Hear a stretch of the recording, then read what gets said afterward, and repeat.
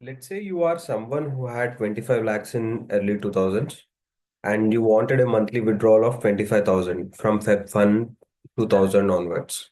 So you have basically three options to invest in. So one would be either investing in a liquid fund or in a fixed deposit so that the yield will be around 7%. But this is a very conservative estimate of 7% because that is the present rate. If somebody goes back to early 2000s, probably it will be around 10%. The second option is to invest in a Nifty fund. So in this case, I have considered Nifty 50 and withdrawing it monthly, irrespective of what is happening in the market. And the third is having a right asset allocation in place. So let's analyze the options now. The first option is pretty straightforward. So it's basically you are earning that 7%, 8%, or 9% because you are investing for different timelines. Let's look at the second option and option three and compare how they stack against a fixed deposit or a liquid fund. So I have taken January 1, 2000 as investing date.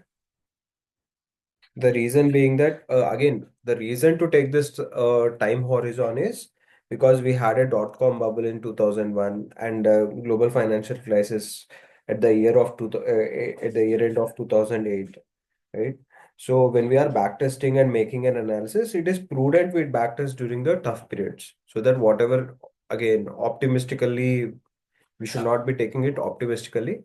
And whatever is happening during a bull run eventually will be giving you higher returns. Only thing is like when things are when there are huge amounts of drawdowns, how well protected is your portfolio is matters the most.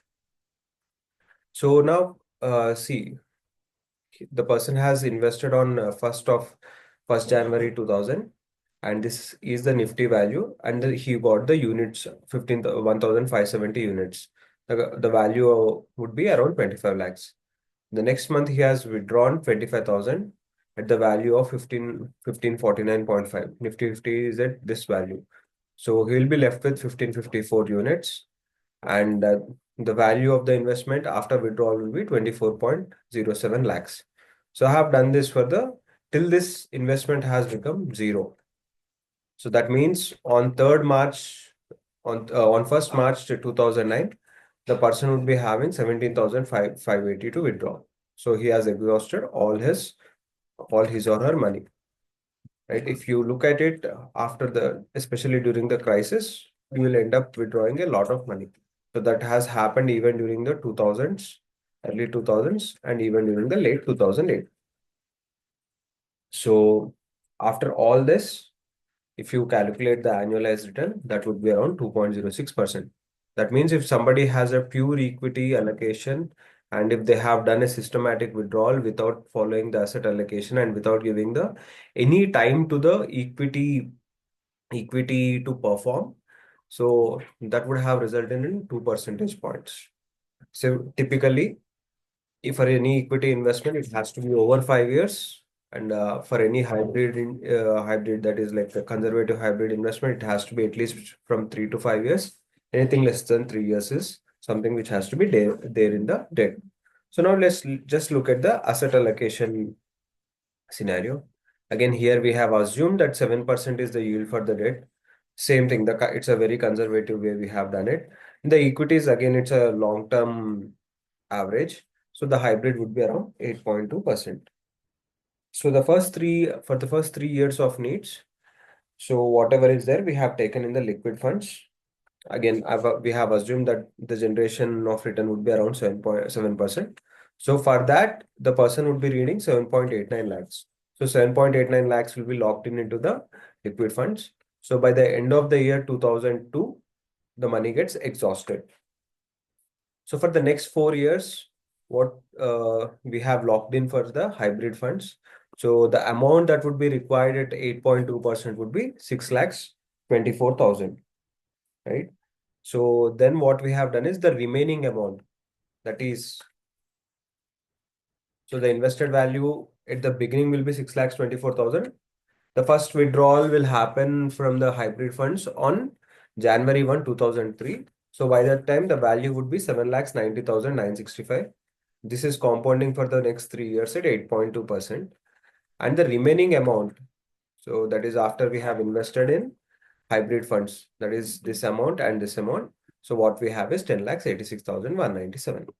So this is something which we will be investing in the equity funds, pure equity on 1st January 2000.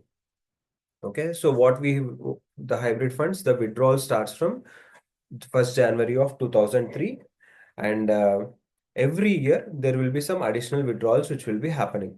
That is after 2 years, that is from 2005. The person would be withdrawing 3 lakhs from the equity. 3 lakhs what will be needed for the entire 1 year, because we are filling up this corpus so that at least the amount spends 3 years in the hybrid funds. At the same time, if you look at 2005, so from 2001 January to 2004 December, that means exactly 5 years has been spent in the equity market as well. So after 5 years, we are withdrawing from the equity. So that way, the first withdrawal will happen on 1st January 2005, and this money will get invested on 1st January 2005 in the hybrid fund. So as a result, from 2,75,000, this will grow to 5,52,000 after withdrawal of 25,000. Similarly, we have done that for every year, so that whenever there is an exhaustion, we are filling it again and again. So only break we will be giving would be in year 2009. The reason being, again, if you look at the year 2009, the person would be having sufficient balance, right? Approximately around 4.13 lakhs, right? And at the same time, the market is at a low. So he has enough balance for the next 1 year. So over 1 year actually. And if you look at the 8.2% return, probably this will be lasting for 1.5 years. And at the same time, we had a time. So because not many corrections last for more than 1 year. So the market bounce back has actually happened here, if you look at it. So we were withdrawing on 1st January 2010. Instead of 3 lakhs, here we are taking 6 lakhs. In the similar vein, so when the market is on a much higher level, so instead of taking out from the hybrids, probably the person can even take from the equity as well. So this is something you will be taking a call. You can take a call, right? Especially when you are observing at 52-week highs. So that way, this has been put in on 1st January 2010. The money has been put in into the hybrid funds. Right now, this is at 7.37 lakhs. Since there were no downturns, every year the similar amounts of money has been withdrawn. So on 1st January 2014, the amount which was left was 2 lakhs 4,000. The same amount has been withdrawn. So, and it has been put back in the hybrid funds. So that would have taken the hybrid funds to 8.73 lakhs. So overall, this fund would have lasted till May 2017, right? So if you look at it, this would have resulted in an annualized return of 10.2%. So compare this with SWP of 2%. This would be at 10.2% and a fixed deposit rate of 7%. And if you are taking only hybrid funds, that would be 8.2%. Again, here you have to understand that the liquid funds during the period 2000 to 2015 had higher yields. Even the fixed deposits had higher yields, something like 9-10%. So if you take that way, so there will not be any change in the pure equity SWP. But if you look at that way, this 10% would increase. So the debt funds will last for a longer duration, or else we'll be investing lesser amount of money. And again, the hybrid funds would be generating a higher amount of return. So that means even here, the initial corpus will be less, and the amount you will end up investing in the equity will be a lot higher. So probably this will last more than 2017, beyond 2017, right? So, so whatever calculations we have done for the asset allocation scenario is like really very conservative. So the asset class in discussion is neither a recommendation to buy nor sell.